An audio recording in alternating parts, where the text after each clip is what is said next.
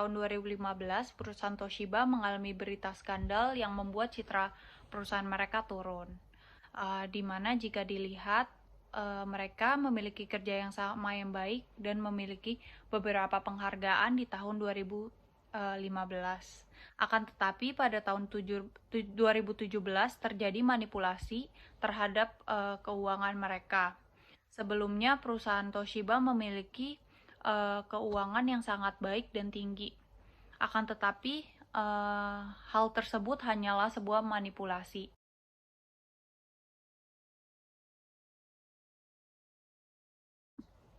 Perusahaan Toshiba memiliki sistem kinerja yang khas. Mereka yaitu bawahannya harus mengikuti segala perintah yang disuruh oleh atasannya.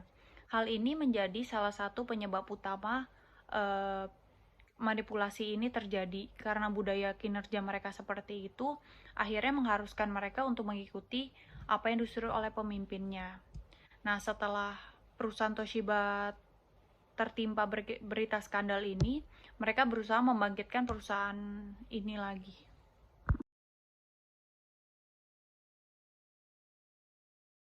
Pastinya untuk perusahaan sebesar Toshiba ada beberapa akses keamanan yang ketat untuk mengetahui data penting perusahaan.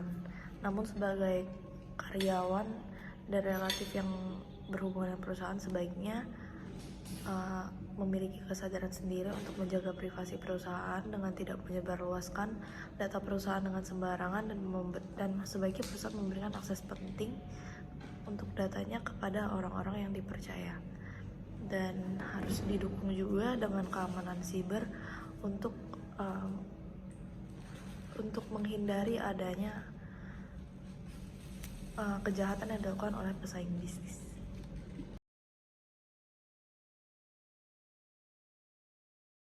Tentunya transparansi dalam suatu perusahaan itu penting untuk diketahui oleh para pemegang saham, para penyelenggara perusahaan, dan para pihak-pihak yang terkait.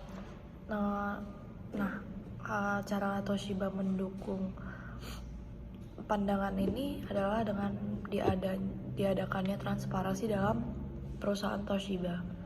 Jadi di dalam perusahaan itu terdapat transparansi antar pemegang saham dan perusahaan untuk meningkatkan akuntabilitas dalam penyelenggaraan pelayanan publik, sehingga akan lebih mudah bagi perusahaan untuk mengidentifikasi kelemahan dan kekuatan dari sistem perusahaan itu sendiri, dan juga untuk menghindari adanya kecurangan dan korupsi yang dilakukan oleh pemegang saham dalam perusahaan.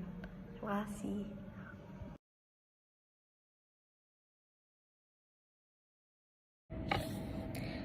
Sekarang saya akan membahas mengapa Toshiba memiliki internal function fail. Karena berita yang diketahui bahwa saat audit pihak ketiga melakukan investigasi internal terhadap keuangan manajemen, ditemukan bahwa manajemen perusahaan menetapkan target laba yang sangat tidak realistis. Sehingga saat target tersebut tidak tercapai, maka pemimpin divisi harus membohong dan dengan cara memanipulasi data pada laporan keuangan perusahaan. Hal ini menyebabkan kecurigaan kepada pihak ketiga yang memeriksa, sehingga tidak bisa dikatakan bahwa internal audit yang dimiliki Toshiba memiliki function fail yang disebabkan oleh target yang sangat tidak realistis, yang sangat susah untuk dicapai, sehingga mereka harus melakukan pemalsuan laporan keuangan. Bagaimana auditor dapat mendeteksi secara efektif kecurangan yang terjadi di dalam suatu perusahaan?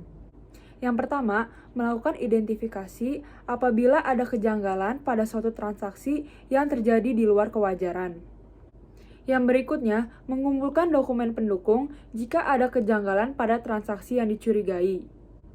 Lalu, menguji jalannya implementasi, motivasi, dan etika organisasi dalam bidang pencegahan dan pendeteksian kecurangan. Sekian presentasi dari kelompok kami. Terima kasih.